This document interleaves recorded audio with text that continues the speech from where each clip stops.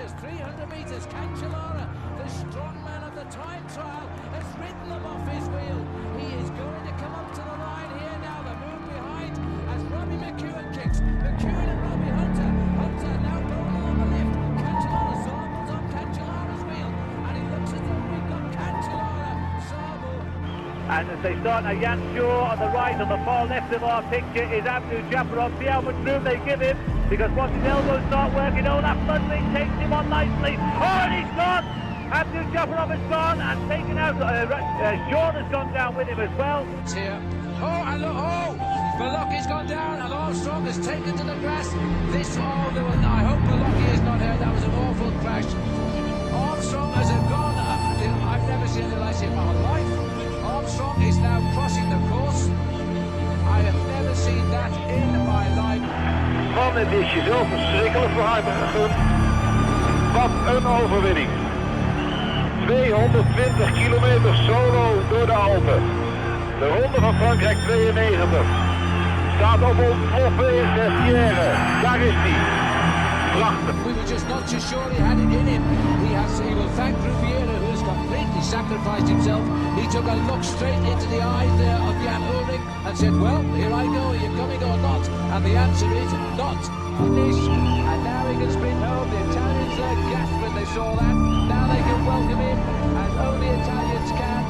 The flags are waving up here by the finishing line. And Marco Pantani, the finest climber currently racing the circuit in the world of professional cycling, has now proved to everybody this man is a beautiful climber, and he's proved it on the best mountain on the tour. Right, they can reach out and touch it. It's slick on the right in case you can't see. Contador, they start the sprint side by side, and this is a huge effort. Alberto Contador though wants a sledge win, and they're going to cross, and he's let Schleck take it.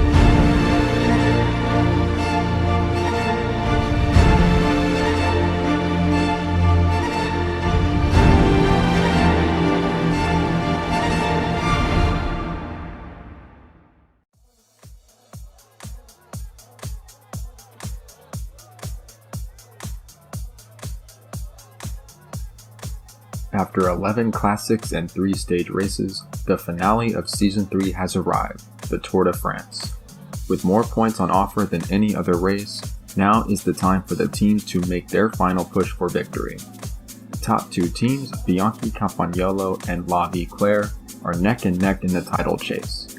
They'll have to contend with the 3rd place Dark Horse Evian, as well as other teams looking to spoil their chances of victory. Here's an overview of the route. The Season 3 Tour de France departs from Amiens, where the sprinters will take aim at the first yellow jersey of the race. Over the next few stages, the riders traverse roads of the Belgian classics before a transfer to the Aquitaine region for the first individual time trial. Next come the Pyrenees, where 2 colossal mountain stages should sort out the top contenders for overall victory. A demanding passage to the south of France will bring the riders into the Alps. In these mountains, Tour legends will be made as the fight for yellow reaches its climax. An individual time trial on the penultimate stage serves as a final piece of drama before the riders roll into Paris on the Champs-Élysées. With everything to race for in the Tour de France, let's take a look at each of the 21 stages. Stage 1, from Amiens to Calais. The Tour kicks off with a high-speed chase across the north of France. A battle royale amongst the sprinters should determine the first leader of the race. Stage 2, from Calais to Grande-Sainte.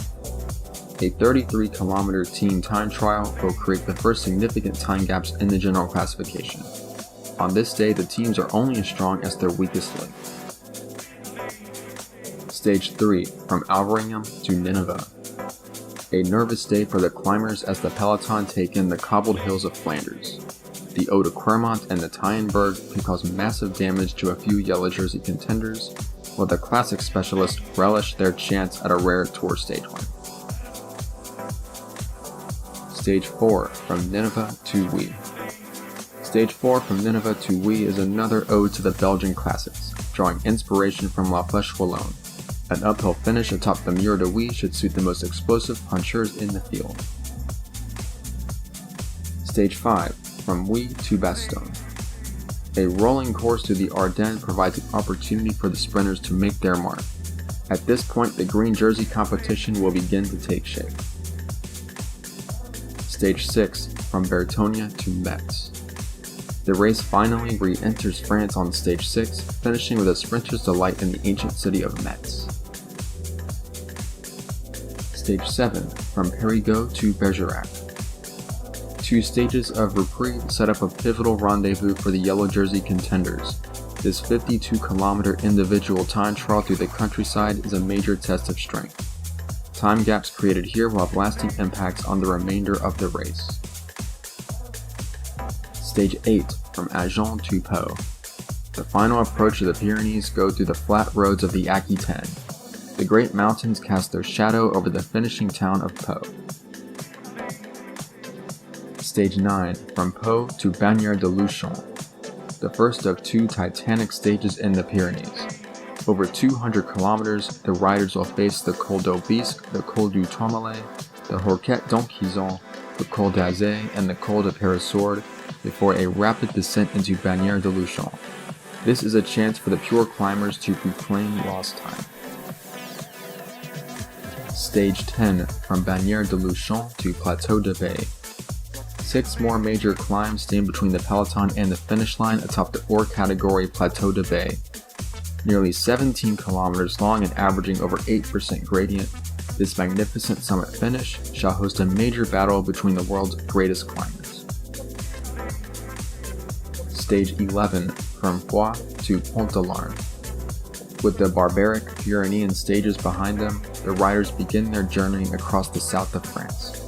The profile seems well suited for a breakaway to take stage glory, and the baroudeurs should have their moment to shine.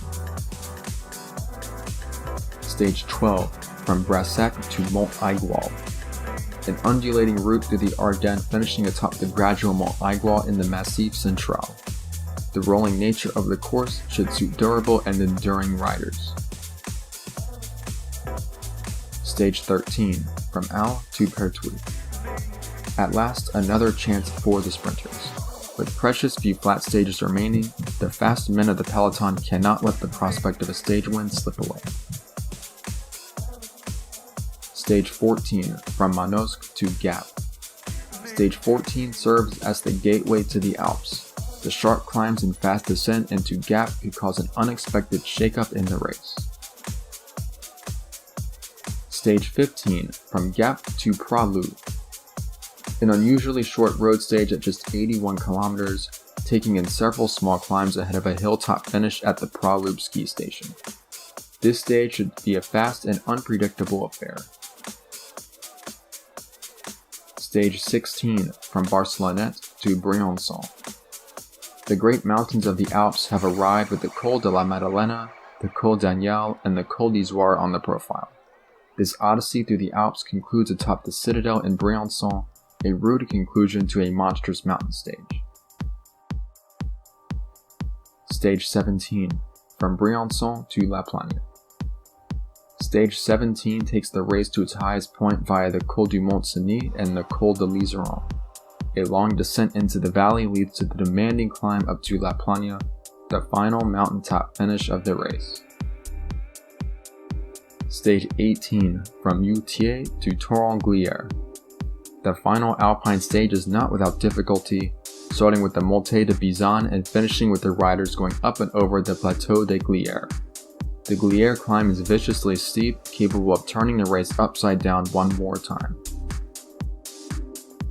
Stage 19, from Annecy to Montrevel-en-Bresse. With no more great climbs left in the Tour de France, the peloton enjoys a reprieve before tomorrow's final individual time trial. Stage 20, from Moulins to Igron. A fairly short yet somewhat hilly individual time trial will decide the final places in the Tour de France. There's nowhere to hide in the race of truth. Stage 21, from Mont-la-Jolie to Paris-Champs-Élysées. At last, the survivors of the peloton reach Paris. Any sprinters remaining in the race will battle for a prestigious stage victory on the Champs-Élysées, while the champion of the Tour de France claims the final yellow jersey. So those are the stages of the Tour de France, a varied and challenging route with a little something for all types of riders. Now it's time for the predictions, brought to you by the team managers themselves who responded to a survey of their favorites for each classification. We'll start with the points classification, the riders who will compete for the prestigious green jersey. 5th place, Cyril Guimard, La Vie Claire. Cyril Guimard has been a consistent rider for La Vie Claire so far, attaining decent results in the classics and sprinting to a stage win in Tirreno Adriatico.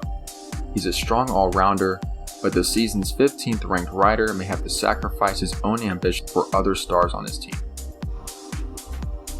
4th place, Rudy Altig, Kelme. Pure power and the variety of stages on the route suit Rudy Altig, though he's not known as a pure sprinter. With the mountains eliminating some sprinters throughout the race, the big German could find himself high in the final green jersey rankings. 3rd place, Jamaluddin Abdujaparov, Zulu Kingdom. Known as the Uzbek Express, the Tashkent Terror, or simply Abdu, Jamaluddin Abdujaparov is among the fastest men in the world. He's strong enough to survive the mountains and should be a realistic contender for the green jersey. 2nd place, Julien Alaphilippe, Blackberry. Alaphilippe is the top-ranked rider and leads all riders in victories this season. The Frenchman is a specialist of reduced group sprints and is a good bet for multiple stage wins in the Tour. 1st place, Andre Darrigade, La Vie Claire. Darrigade is the key to La Vie Claire's final title push, and is also the pre-race favorite to win the points classification. He has excelled across different forms of terrain this season and has the top speed to challenge any sprinter, a near unanimous pick for the green jersey. Next is the most unpredictable of the Tour's 4 classifications, the King of the Mountains competition. It's often won by strong breakaway riders or a yellow jersey favorite, so expect a large group of challengers for the polka dot jersey. 5th place, Gösta Petersen, La Vie Claire. Petersen finished 3rd in the mountains classification in the Tour de Suisse, leading all general classification contenders in that race. He's a good climber who should be among the yellow jersey favorites on all the toughest mountain stages. 4th place, Pascal Richard, Bianchi Campagnolo. The explosive Swiss rider will have to get in early breakaways to win the polka dot jersey, but his combativeness and prowess on hilly terrain should allow him to sprint for mountains points throughout the race. 3rd place, Julien Alaphilippe, Blackberry. Alaphilippe could certainly find himself preoccupied with a yellow jersey or green jersey, yet has all the qualities to win the mountains classification if his other ambitions do not come to fruition. 2nd place, Andy Schleck, Evian. Andy Schleck has been the most impressive climber so far, with 3 victories on uphill finishes this season.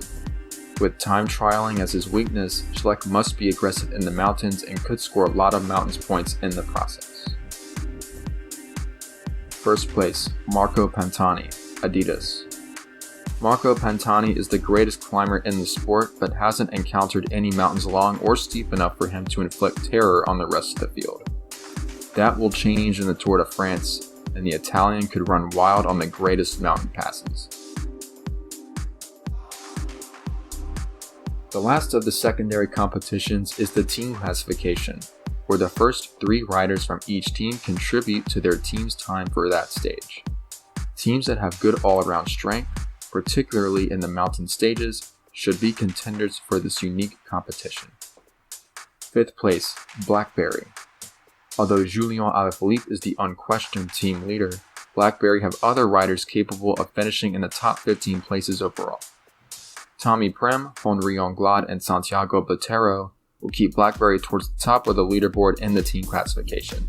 They also won the team competition in Paris-Nice. 4th place, Kelme.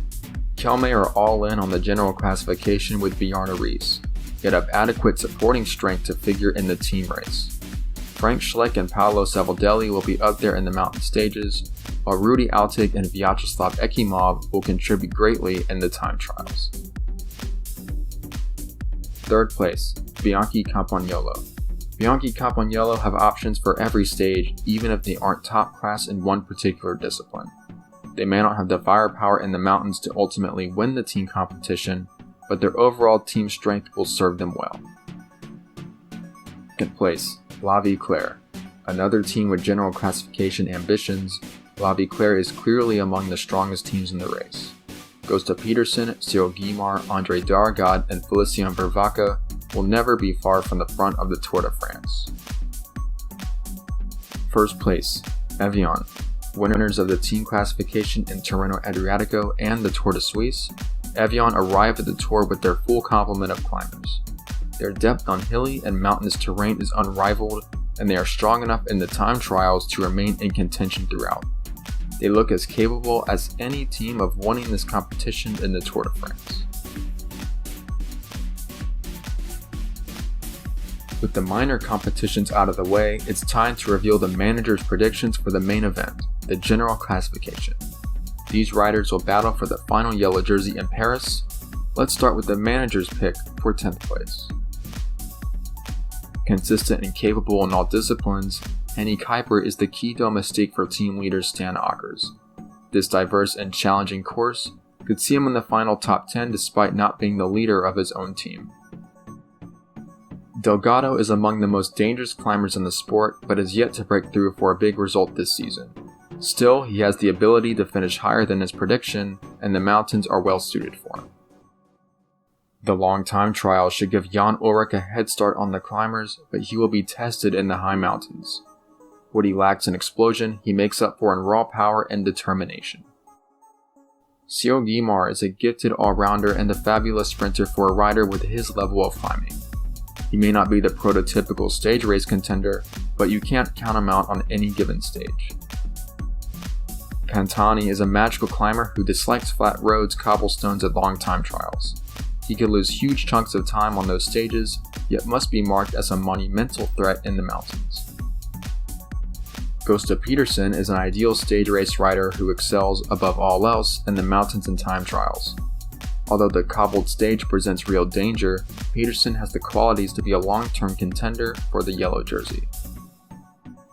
Unmatched in hilly terrain and as combative as they come, Julien Alaphilippe could parlay his attacking prowess into a high place in the Tour de France. He's not a pure mountain climber, but his rivals must keep him in sight at all times. Stan Åkers is a consistent rider who's emerged as the second-ranked rider despite only one victory this season. The Belgian is without a major weakness and should figure amongst the leaders on nearly every stage that matters. Bianchi Campagnolo's title hopes rest on his shoulders. An explosive and dangerous climber with proven results in the mountains, Andy Schleck is among the big favorites to win the Tour de France. He also has a very strong team to support him through the 21 stages. His Achilles heel is the time trials, which prevent him from occupying the top spot on these predictions. Winner of both Paris-Nice and the Tour de Suisse, none other than Bjarne Riis could be the big pre-race favorite for the Tour de France. Riis has not had a bad day in the stage race this season and has proven to match the elite riders in both mountains and time trials. With an excellent complement of support riders on all terrain, Bjarne Riis has all the makings of a yellow jersey winner. That concludes our preview and predictions for the Season 3 Tour de France. We'll be back soon for Stage 1 from Amiens to Calais.